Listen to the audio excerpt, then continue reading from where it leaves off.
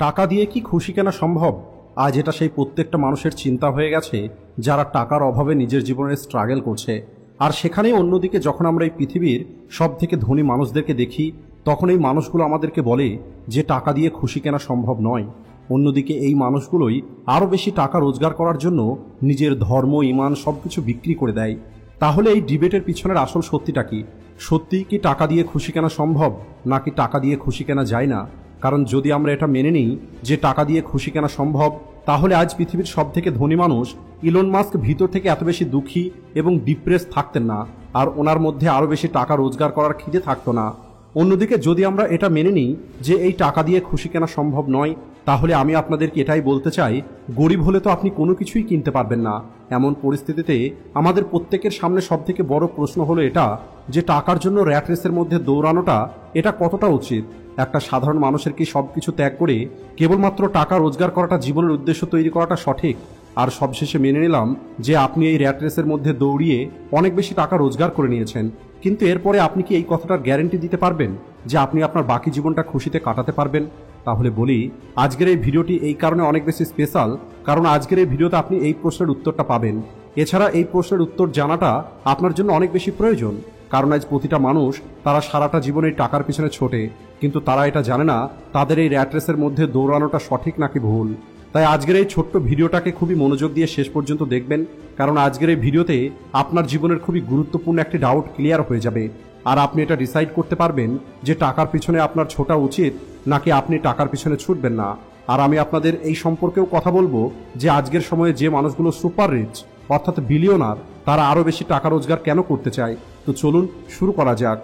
যখন আমরা টিভি অথবা সোশ্যাল মিডিয়ার মাধ্যমে পৃথিবীর সব থেকে ধনী মানুষ অর্থাৎ বিলিয়নারদেরকে দেখি, তখন আমাদের মধ্যে বেশিরভাগ মানুষের মনে এই কথাটাই চলে যে একটি বিলিয়নারের জীবন অনেক সুন্দর হয়, কারণ এদের কাছে সব কিছু থাকে। এরা যাই কিছু চায়, সেটা পাওয়ার হোক, মানি, প্রাইভেট জেট, বড় বড় বাংলো, সমস্ত কিছু, যাই কিছু এরা চায় সেই সব কিছু এরা কিনতে পারে। তাহলে এদের জীবনে তো কোনো টেনশন থাকা উচিত নয়।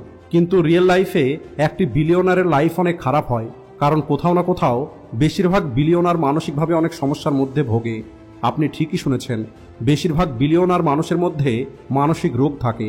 আর এই কথাটা আমি আপনাদের মন থেকে বলছি না, বরং আপনারা নিজেই এই আর্টিকেলটা দেখতে পারেন, যেখানে ক্যালি ককরেল, উনি এই পৃথিবীর কিছু ধনী মানুষের ফিজিওথেরাপিস্ট। উনি বলেন বেশিরভাগ বিলিয়নার ট্রাস্ট ইস্যু, লাইফে কোনো পারপাস না থাকা, গিল্টি আর অনেক রকমের ভয়ের সঙ্গে বেঁচে থাকে। বেশিরভাগ মিলিয়নার কারোর ওপরে বিশ্বাস করতে পারে না, কারণ যখনই কোনো মানুষ এদের কাছে আসে, সেটা পার্সোনালি হোক অথবা প্রফেশনালি, তখন ওই বিলিয়নারদের মনে কেবল এই প্রশ্নটাই আসে যে সামনের মানুষটি আমার কাছে কি পেতে চায়, অথবা সামনের মানুষটি কেবলমাত্র আমার টাকার জন্য আমার বন্ধু হতে চাইছে না তো। এটা ছিল ট্রাস্ট ইস্যু, যেটা আজ প্রতিটা ধনী মানুষের মনে কোথাও না কোথাও অবশ্যই থাকে। কিন্তু এখন নিশ্চয়ই আপনি এটা ভাবছেন, এই বিলিয়নার্সদের মধ্যে গিল্টি এবং ভয় কেন থাকে? তাহলে চলুন আজ এই বিলিয়নার্সদের লাইফ এক্সপোজ করা যাক। কিন্তু তার আগে আপনাকে এটা জানতে হবে কোনো একটি মানুষ বিলিয়নার কিভাবে হয়। কারণ একটি সাধারণ মানুষ কোনো একটি ভালো আইডিয়ার উপরে অনেক বেশি কাজ করে মিলিয়নার হতে পারে, কিন্তু বিলিয়নার হওয়াটা সবার দ্বারা সম্ভব নয়। তাই বেশিরভাগ বিলিয়নার মানুষ বিলিয়নার হওয়ার জন্য এই তিনটের মধ্যে থেকে যে কোনো একটি রাস্তাকে বেছে নেয়, যার মধ্যে প্রথম রাস্তা হলো ইনভেস্টমেন্ট। যে মানুষগুলো বিলিয়নার হবার স্বপ্ন দেখে, তাদের জন্য সবথেকে সহজ রাস্তা হলো যে তারা তাদের ভিশনকে অনেক বেশি ইনভেস্টরকে সেল করবে। যদি আপনি কোনো ধনী মানুষকে গিয়ে এটা বলেন যে আমি একটি প্রোডাক্ট তৈরি করেছি আর এখন আপনি আমার এই প্রোডাক্টটা কিনে নিন, তাহলে কি ওই ধনী মানুষটা আপনার প্রোডাক্ট কিনবে? কখনোই কিনবে না, কারণ এখন তার আপনার প্রোডাক্টের কোনো প্রয়োজন নেই। অন্যদিকে যদি আপনি কোনো একটি ধনী মানুষের কাছে গিয়ে আপনার কোম্পানিতে ইনভেস্ট করার জন্য বলেন, তাহলে তখন অনেক বেশি সম্ভাবনা থাকবে যে যদি আপনি সত্যি আপনার কোম্পানিতে ভালো প্রোডাক্ট তৈরি করেন, তাহলে ওই ধনী মানুষটা আপনার কোম্পানিতে ইনভেস্ট করে দেবে। কারণ এখানে ইনভেস্টর কোম্পানির গ্রোথের সঙ্গে সঙ্গে নিজের লাভ দেখতে পাচ্ছে। তাই এখন আপনি মনে করুন আপনি 10 থেকে 12টা বড় ইনভেস্টরকে ধরেছেন, আর আপনি তাদের দ্বারা আপনার কোম্পানিতে $1 বিলিয়ন ইনভেস্টমেন্ট করিয়েছেন। তাহলে কংগ্রাচুলেশন, এখন আপনাকেও বিলিয়নার বলা হবে। আপনি একটি বিলিয়নার হয়ে গেছেন। আর এই সেম জিনিসটাই ইলন মাস্কের সঙ্গে হয়েছে। ইনভেস্টরদের হেভি ইনভেস্টমেন্টের কারণে ইলন মাস্ক বিলিয়নার তো হয়ে গেছেন, কিন্তু এখন এই ইনভেস্টরগুলোই ইলন মাস্কের ডিপ্রেশনের কারণ হয়ে উঠেছে। কারণ কোথাও না কোথাও ইনভেস্টর ইলন মাস্কের উপরে প্রেশার দিচ্ছে যাতে ইলন মাস্ক তার কোম্পানির সাহায্যে ইনভেস্টরদেরকে অতিরিক্ত প্রফিট জেনারেট করে দিতে পারে। যদিও ইলন মাস্ক এই সমস্ত কথাগুলো পরিষ্কারভাবে খুলে বলেননি, কিন্তু ইলন মাস্ক একবার ওনার ইন্টারভিউতে বলেছিলেন ইনভেস্টররা এটাই চায় যে উনি যেন ডিপ্রেশনের মেডিসিন নিতে থাকেন। একটি পৃথিবীর সব থেকে ধনী মানুষ নিজের ইন্টারভিউতে যদি এমন কথা বলে যে সে ডিপ্রেশনের মেডিসিন ইনভেস্টরের কারণে নিচ্ছে, তাহলে আপনি এই কথাটা ভালোভাবে নিশ্চয়ই বুঝতে পারছেন। আর যখন কোনো একটি মানুষের উপরে কাজের এত বেশি প্রেশার থাকবে, তখন কোনো মানুষই তার পরিবারকে সময় দিতে পারবে না। আর হয়তো এটাই হলো কারণ যে ইলন মাস্কের ওয়াইফ ওনার থেকে ডিভোর্স নিয়ে নিয়েছে। আর এর পরবর্তীতে ইলন মাস্কের যতগুলো গার্লফ্রেন্ড তৈরি হয়েছে তাদের সঙ্গেও ইলন মাস্কের সম্পর্ক বেশি দিন পর্যন্ত চলেনি। কারণ সবশেষে একটি মানুষ পৃথিবীর সব থেকে ধনী মানুষ হলেও তার ওয়াইফ অথবা তার গার্লফ্রেন্ডের তার সময়ের প্রয়োজন। আর ইলন মাস্ক টাকা রোজগার করার ট্রেসের জন্য নিজের সন্তানদেরকেও সময় দিতে পারেনি। আর এই কারণেই ইলন মাস্কের মেয়ে 18 বছর বয়স পূর্ণ হয়ে যাবার পরেই কোর্টে কেস করে দেয় যে ইলন মাস্কের সঙ্গে সে কোনো রকমের সম্পর্ক রাখতে চায় না। আর এই কারণেই এই কথাটা তো প্রমাণিত যে টাকা দিয়ে খুশি কেনা সম্ভব নয়। আর ইলন মাস্কের মেয়ে ঠিক এই কথাটাই বলেছিলেন। ইলন মাস্ক কখনোই ওনার সন্তানদেরকে সময় দেয়নি, যে কারণে তাদের মাঝে কোনো রকমের অ্যাটাচমেন্ট নেই। তাই যদি আপনি টাকা রোজগার করার চক্করে আপনার পরিবারকে সময় না দেন, তাহলে খেয়াল রাখবেন আপনার অবস্থা যেন ইলন মাস্কের মতো না হয়ে যায়, যেখানে আপনার কাছে টাকা তো অনেক বেশি থাকবে কিন্তু সেই টাকা খরচ করার মতো কেউ থাকবে না, না আপনার কাছে কোনো পরিবার থাকবে আর না আপনার সন্তানরা থাকবে। বিলিয়নার হবার দ্বিতীয় কমন রাস্তা হলো চিপ ফ্রি লেবার। যে বিজনেসম্যানগুলো ভালো ইনভেস্টর পায় না, তারা তাদের কোম্পানিকে আগে নিয়ে যাবার জন্য ইচ্ছে করেই চিপ লেবার ব্যবহার করে, অর্থাৎ এমন মানুষদেরকে দিয়ে এরা নিজের প্রোডাক্ট তৈরি করে যাদের এই কোম্পানি অনেক কম স্যালারি দেয়, আর ওই প্রোডাক্ট তারা অনেক বেশি দামে বিক্রি করে।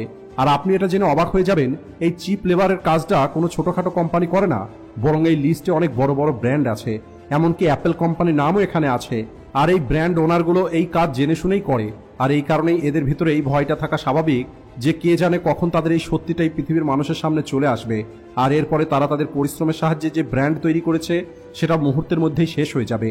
কিন্তু এখানে টুইস্ট হলো, যদি আপনি ফ্রি অথবা চিপ লেবার ব্যবহার করে প্রোডাক্ট তৈরি করে নেন, তাহলে এই মার্কেটে আপনার সামনে অনেক কম্পিটিটর আছে যাদের অ্যাভয়েড করার জন্য এই বিলিয়নাররা থার্ড অপশনটাকে ব্যবহার করে থাকে। Number 3, alignment to corrupt government. দেখুন, এখানে আমি কারো নাম নিতে চাই না, কিন্তু আমাদের দেশেই এমন অনেক বিজনেসম্যান আছে যাদের আমাদের সরকারের সঙ্গে খুব ভালো সম্পর্ক আছে, অথবা বলতে পারেন সমস্ত বড় বিজনেসম্যানদের সঙ্গে সরকারের একটি ভালো সম্পর্ক থাকে। আর এখানে আমি আমাদের দেশের সরকারকে করাপ্ট বলছি না, বরং আমি আপনাদের এটা বলতে চাইছি বড় বড় বিজনেসম্যানদের গভর্নমেন্টের সঙ্গে এমন কানেকশন থাকে যে দেশের প্রধানমন্ত্রীও এদের পরিবারের বিয়েতে উপস্থিত হয়। আর কেবল আমাদের দেশেই নয়, এই পৃথিবীতে এমন অনেক বিজনেসম্যান আছে যারা খারাপ গভর্নমেন্টের সঙ্গে নিজের সেটিং তৈরি করে নেয়, আর এরপরে এদের কোনো রকমের ইনকোয়ারি না করেই বড় বড় সরকারি প্রজেক্ট দিয়ে দেওয়া হয়, যে কারণে এই বিজনেসম্যানগুলোর মিলিয়নার থেকে বিলিয়নার হতে বেশি সময় লাগে না। আর আমার মনে হয় এই 3টি রাস্তাই আছে, যে 3টি রাস্তা ফলো করেই যে কোনো মানুষ বিলিয়নার হতে পারে। আর বিলিয়নার হয়ে যাওয়ার পরে একটি মানুষ এমন পজিশনে পৌঁছে যায় যেখানে তার সামনে অনেক কম্পিটিটর থাকে, আর এখান থেকে এদের মেন্টাল হেলথ খারাপ হতে শুরু করে। এই বিলিয়নারগুলো ক্লাসের ওই ছোট্ট বাচ্চার মতো, যে একবার ক্লাসে ফার্স্ট হয়ে যাবার পরে তার উপরে মেন্টাল প্রেশার চলে আসে, যে কোনোভাবে তাকে ক্লাসের ফার্স্ট পজিশন মেনটেন করতে হবে, কারণ তার পরিবার, টিচার সবাই ওই স্টুডেন্টের উপরে প্রেশার দেয়, অর্থাৎ তুমি হলে ফার্স্ট, তাই তোমাকে ফার্স্ট থাকতে হবে। এছাড়া প্রতিটা বিলিয়নারের মনে এই ভয়টা থাকে যে নিজের কোনো একটি ভুল সিদ্ধান্তর কারণে তাদের খারাপ কাজ এই পৃথিবীর সামনে যেন না চলে আসে, আর এর পরিণামে দেখা যাবে তারা হয় ব্যাংকারাপ্ট হয়ে যাবে অথবা তাদেরকে জেলে যেতে হবে। অন্যদিকে আমরা যদি সম্পূর্ণরূপে ব্যাংকারাপ্ট হয়ে যাই, তারপরেও আমরা ছোটোখাটো চাকরি করে আমাদের জীবন কাটিয়ে নিতে পারবো, কিন্তু একটি বিলিয়নারের জন্য এই সব কিছু করাটা অনেক কঠিন।